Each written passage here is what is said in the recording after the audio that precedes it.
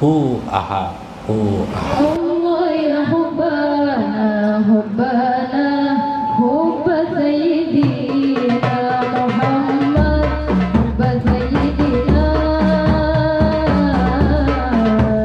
Muhammad. Allah ya hubbana hubbana hubba sayyidina Muhammad hubba sayyidina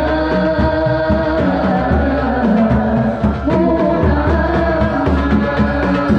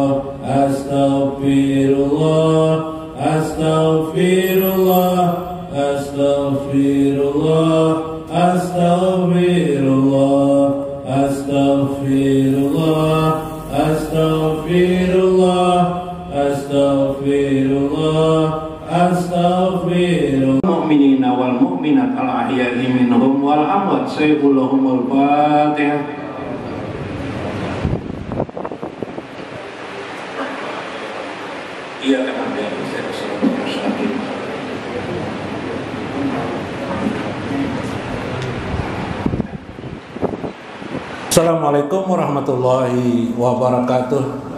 Bismillahirrahmanirrahim. Bismillahil malikil kudusis salam. Bismillahil adidil hakim.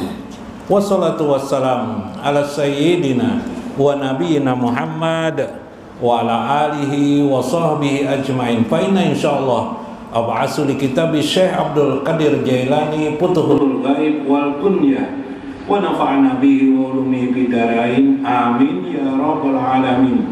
Mudah-mudahan melewati saluran Syekh Abdul Qadir Al-Jailani bertambah terus keimanan dan cinta kita kepada Allah dan Rasulnya. Semoga Allah memberkahi hidup kita, memberkahi rezeki dan nikmat yang telah kita dapatkan selama ini. Semoga Allah meluaskan, melapangkan rezeki kita, rezeki anak-anak kita, orang-orang yang terikat hubungan dengan kita, amin ya rabbal alamin. Qala al-mu'allifu rahimahullah, berkata Syekh Abdul Qadir Al-Jailani, wa anna ma asabahu lam yakun liyaqti'ahu wa ma aqta'ahu lam yakun liyusibahu. Jikalau seseorang mendapatkan sesuatu yang diberikan Allah kepadanya, tentu pemberian itu bukanlah satu kesalahan dari Allah Subhanahu wa ta'ala. Maka wa ma'aqtahu, tidak ada pemberian yang salah dari Allah. Lam yakun liyusibahu, jika seseorang merasa gundah hatinya tidak mendapatkan apa yang menurut dirinya diperolehnya. Wa yu'minu, layaklah seorang mukmin itu beriman, mengimani Allah biqaulihi azza wa jalla, karena Allah Subhanahu wa ta'ala berfirman, wa may yattaqillah yaj'al lahu makhraja. Barang siapa yang bertakwa kepada Allah, yaj'al lahu ya makhraja, Allah akan memberikan kepadanya jalan keluar, wa yarzuquhu, dan Allah sungguh akan memberikan anugerah rezekinya min haitsu la yahtasib, dari mana saja arah datangnya, la yahtasib, orang itu tidak dapat mengira-ngiranya. Ketahui saja, wa may yatawakkal, barang siapa yang berserah diri kepada Allah, alallahi, kepada Allah, bahwa hasbuh, pasti Allah akan mencukupi orang tersebut. Quran surah At-Tolaq ayat 2 dan ayat 3. Wa yaqulu zalika wa yu'minu bihi wa huwa fi halil afiyah wal ghina. Demikianlah Allah bagi orang-orang yang mengimani Allah. Siapapun yang mendapatkan rezeki itu dapat dipandangnya sebagai anugerah dan pemberian Allah kepada orang tersebut. Terkadang terjadi kesalahan, kekhilapan pemahaman kita atas anugerah Allah itu. Orang-orang kafir juga diberikan Allah anugerah itu, lalu kita merasa iri atas pemberian itu. Tentu ini adalah membatalkan keyakinan yang pertama tadi, bahwa Allah menganugerahi rezeki kepada siapa saja yang dikehendakinya. Namun Allah juga memberikan jalan keluar bagi orang-orang yang berharap jalan keluar kepadanya. Itu pun juga di atas kehendak, keinginan Allah Subhanahu wa ta'ala. Dan Allah juga menentukan keadaan dan waktu-waktu tertentu, wa yarzuquhu min haitsu la yahtasib, rezeki bagi hamba-hambanya yang tidak diperkirakannya. Dan itu terjadi, hampir semua orang mendapatkan rezeki yang tidak pernah disangka-sangkanya. Namun juga Allah menjamin orang-orang yang dalam hidupnya bisa berserah diri kepada Allah, bertawakal, meyakini dengan keyakinan yang baik bahwa Allah meluaskan rezekinya, bahwa hasbuhu, maka pasti Allah akan mencukupi orang tersebut. Maka beruntunglah orang-orang mukmin yang diberikan Allah fi halil afiyah wal ghina, kesehatan, keafiatan, kenyamanan dalam hidup ini, bahkan kekayaan. Summa yabtalihillahu azza wa jalla bil bala wal faqri. Kemudian sebahagian mereka Allah timpakan kepada mereka ujian demi ujian, bil bala'i wal faqri, dengan tingkat bencana yang sangat besar, wal faqri, dan kepakiran dalam hidup. Semua itu tidak lain sketsa, landscape kekuasaan Allah yang maha qahar, yang bisa memaksakan kehendaknya kepada siapa saja, tanpa peduli siapapun juga, bahwa dia adalah maha sombong, maha angkuh, maha kudrat iradat, maka maha berkehendak dan maha kuasa. Maka orang-orang beriman harus melihat itu bagian daripada kesombongan Allah, kekuasaan Allah Subhanahu wa ta'ala. Fayakhudhu bis-su'ali wa tadarru. Orang-orang beriman pada keadaan dia ditimpakan bala atau kepakiran, selayaknya kata Syekh Abdul Qadir Jailani, dia hanya bisa meminta, memohon kepada Allah dan mendundukkan hatinya kepada Allah. Pala yaksifahuma anhu. Terkadang sebahagian mereka Allah tutup pemberian, pengkabulan doa-doa mereka, sehingga mereka tetap dalam himpitan bencana dan kepakiran itu, supaya menguji mereka. Pahina izin yatahaqqaqu qauluhu kadal faqru ayyakuna kufran. Seperti inilah yang disampaikan oleh baginda Rasulullah sallallahu alaihi wasallam, kadal faqru ayyakuna kufran, seolah-olah kepakiran, kesengsaraan itu mendekatkan seseorang atau menjadikan seseorang ayyakuna kufran, kufur kepada Allah Subhanahu wa ta'ala. Masya Allah, subhanallah.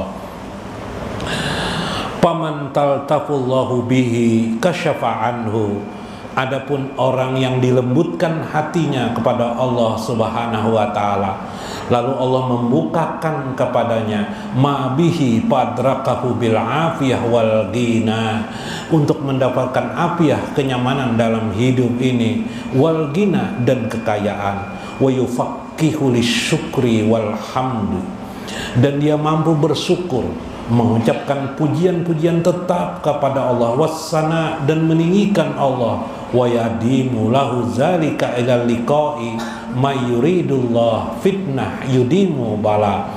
Orang-orang itu dinyamankan Allah untuk bertemu dengan Allah, dan sebahagiannya Allah menetapkan kepada orang-orang itu untuk tetap berada dalam fitnah, bencana, dan kesusahan sampai akhir hayat mereka. Sebegitulah gambaran betapa Allah Maha Kuasa atas kehidupan ini.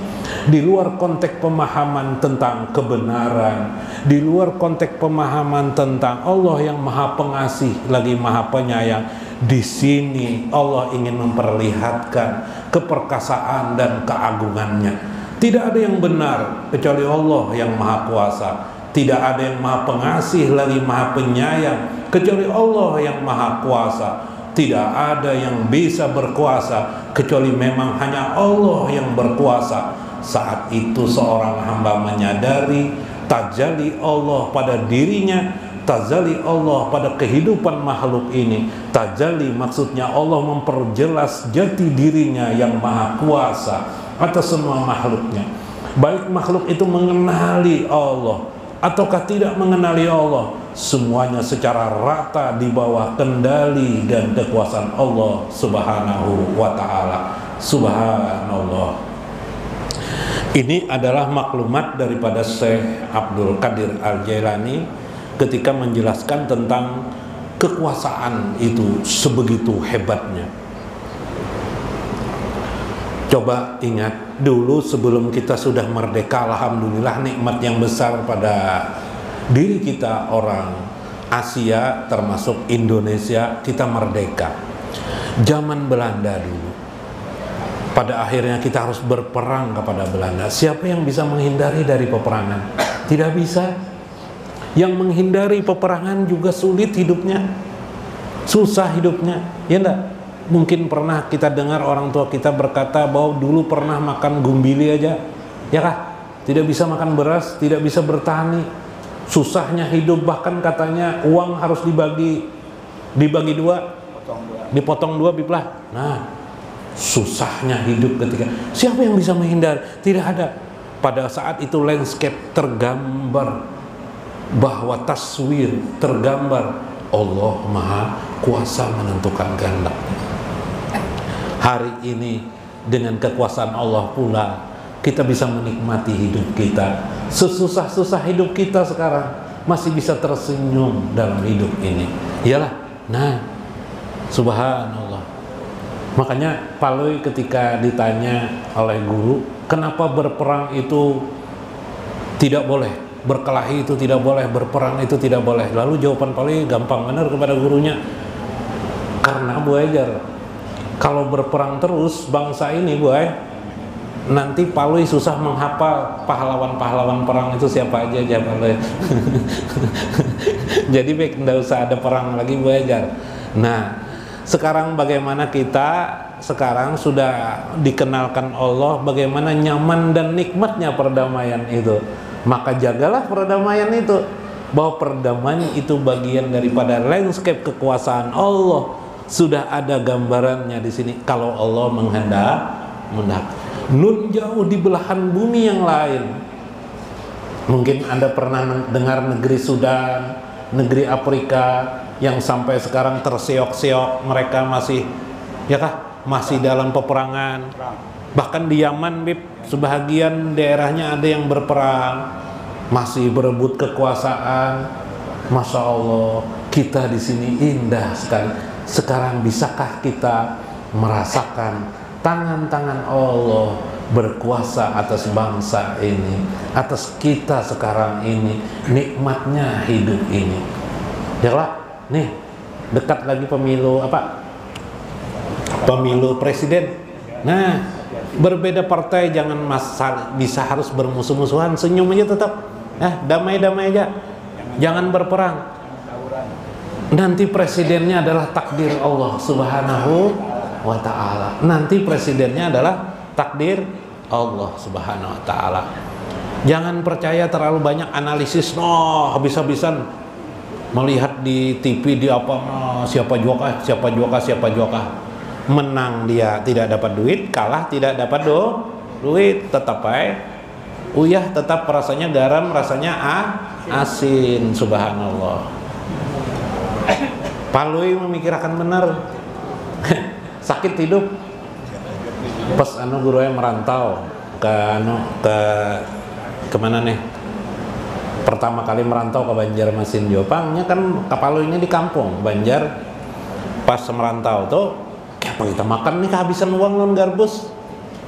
Ada orang apa nih sesajen di Queen tuh ada lah orang sesajen sikat itu aja paloi dah nih. Antam paloi habis, orang makin rajin ya, orang habis dimakan orang kan, habis antam taruh paloi, nyambung hidup ya paloi. Ya kalau jadi ada orang menasehati tidak boleh memakan makanan sesajen tuh karena sesajen itu sisa jin ujar orang sisa jin, sesajen tuh sisa jin artinya jarang. Jadi jar paloi udah apa aja paloi berbagi dengan jin je paloi. Asal kanyang parut. Ke kuburan sore yang satu didatanginya juga, dijaga-jaganya benar. Kalau orang ada manak duit, pantas apa tuh tukang jaga masjid tuh ribut habis nih wakaf di orang tuh di celengan orang tuh kah disikatnya oleh paloi. Kayak apa nih? Kacau paloi hidup. Tidak ada arah dalam hidup ini. Ilmu tidak ada. Ya kelak sekolah putus sekolah, berguru tidak mau. Subhanallah. Belakangan paloi menyadari kehidupan itu susah bukan main, lalu dia mulai mandiri, bekerja, mulai paloi. Habis bekerja itu mulailah hidup seperti manusia pada umumnya. Cuma adab masih kurang. Bertamulan guru, pas guru di kampung habis umrah, guru Mas Kuni habis umrah, berbagi berbagi baju kopiah. Paloi dapat kopiah, dapat baju juga, baju gamis dapat, baju kopiah dapat. Disedangnya puruk dipakai cocok pas dibawa beli. Besoknya pas ketemu lawan guru teh tuh kayak apa aja guru, cocok aja kah dipakai bajunya. Semalam guru ajar paloi, waktu di rumah guru ajar, waktu di rumah pian ulun pasang baju tuh, dipasang ke baju nih cocok benar pas ukurannya dengan baju nih. Kopiah bang aja guru, kopiah pas juga guru cuma habis dipuruk di rumah jar, dipakaikan di rumah jar.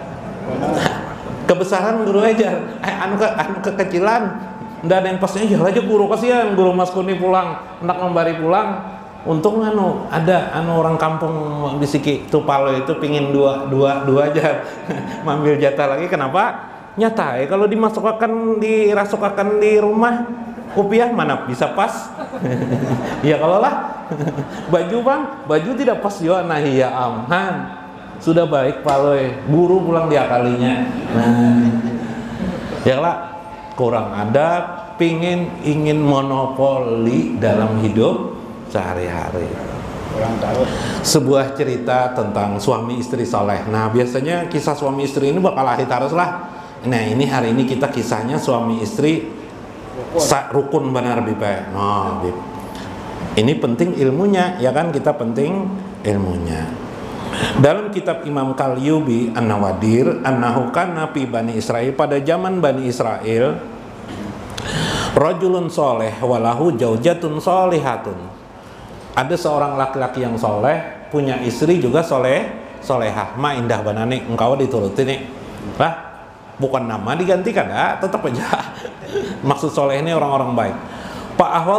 Fa'awhallah ila nabi, pada waktu itu Allah mewahyukan kepada seorang nabi waktu itu, zalika zaman, pada zaman itu, ayyakula, supaya mengatakan lipulan kepada pulan, Al Abdus Saleh ini qad ja'altu nispa umrika gonian wa nispa umrika fakiran. Nah, ini kisah fakir dan kaya. Kalau tadi takdir Allah. Jadi pada saat kita fakir itu menampakkan kekuasaan Allah. Pada saat kita kaya pun juga berarti menampakkan kekuasaan Allah, tajalli Allah dalam hidup sehari-hari. Ini aku nang kuasa lah jar Tuhan. Kamu punya harta banyak, bisa saya ambil nih. Hari ini juga bisa aku ambil ya Tuhan. Nah, kayak itu bahasanya tuh.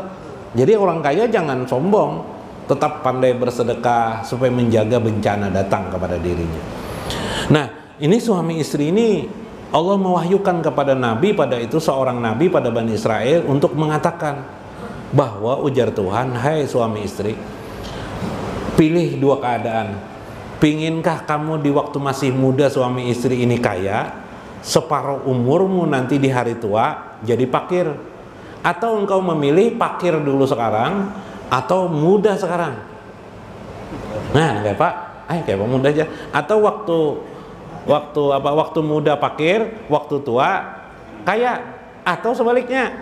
Ya Pak, kayak Pak Guru, sebaliknya. Waktu muda kaya, waktu tua fakir, mana pilih? Nah, itu ngerti mikirakan nih. Bingung nih. Fa'in aktara ayyakuna gonian pisabab agniya upihi, dan seterusnya sama aja lah. Fakbarun nabi jalikar rajul bihajil maqal faja'ar rajul ila jaujatihi. Lalu si suami ini berkatalah kepada istrinya, "Apa menurut kamu mana yang baiknya?"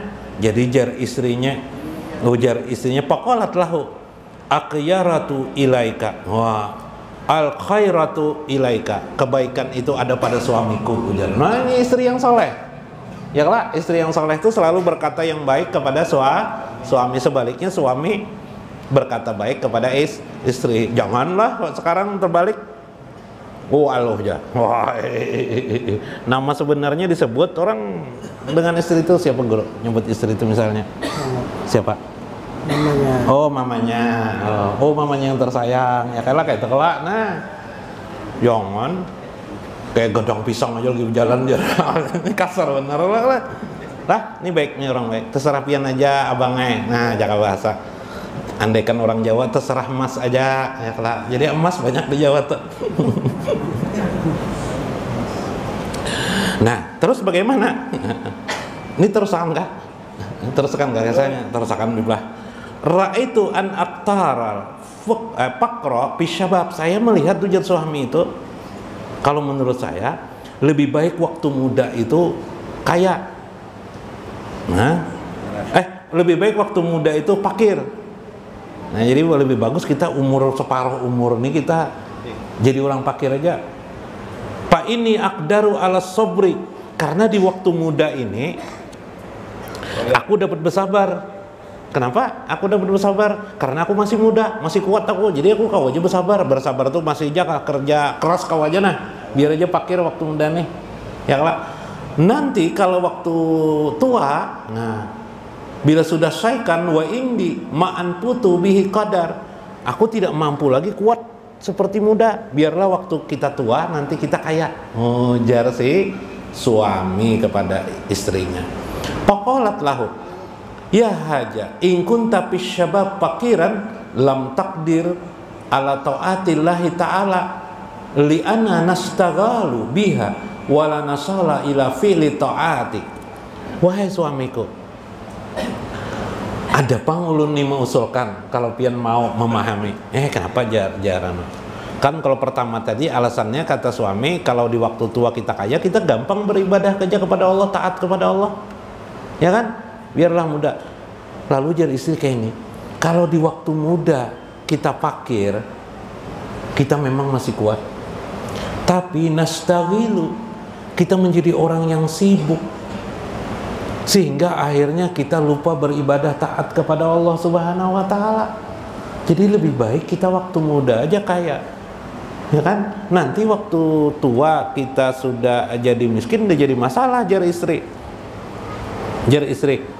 Tua tidak jadi masalah karena waktu itu kita juga sudah beribadat saja kepada Allah, seada-adanya saja lagi hidup kita. Ujar si istri.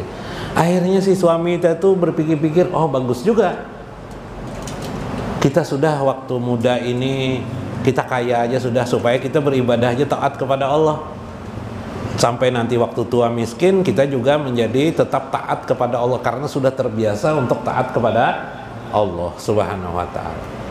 Akhirnya diberitahukanlah suami istri itu kepada Nabi itu bahwa mereka memilih waktu muda kaya, waktu tua tidak kaya atau fakir. Fa'ahallahu ila zalikan nabi an qala li zalikar rajul wa zawjatahu.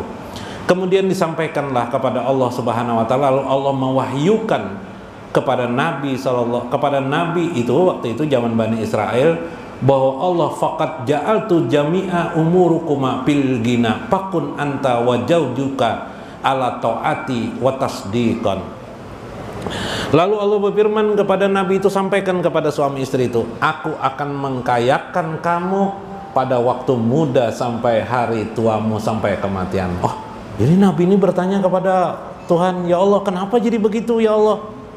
Jadi engkau memberikan kekayaan kepada mereka waktu muda. Karena dua-dua suami istri itu berpikir, baik waktu fakir maupun waktu kaya, pikirannya hanya satu saja, bagaimana mereka bisa tetap taat kepada Allah Subhanahu wa ta'ala. Maka ketahuilah, baik kita ditimpakan Allah kaya maupun fakir, kesusahan, kedua-duanya harusnya kita isi bagaimana kita bisa taat kepada Allah Subhanahu wa ta'ala dan dengan tetap husnudzon kepada Allah Subhanahu wa ta'ala. Nah, itu endingnya. Inilah ma'rifat tentang kehidupan sehari-hari, bagaimana kita bisa mengenali Allah Subhanahu wa ta'ala. Ternyata hanya Allah menguji-nguji saja. Intinya Allah ingin mengayakan kita semua, menyamankan kita semua dalam kehidupan sehari-hari. Nah, halas sudah. Mudah-mudahan kita mengenal wajah karim Allah yang maha mulia ini dalam satmu bari kita, dalam bayangan dan pikiran kita. Mudah-mudahan bermanfaat. Wallahul muwaffiq ila aqwamit thoriq. Wassalamualaikum warahmatullahi wabarakatuh. Aha.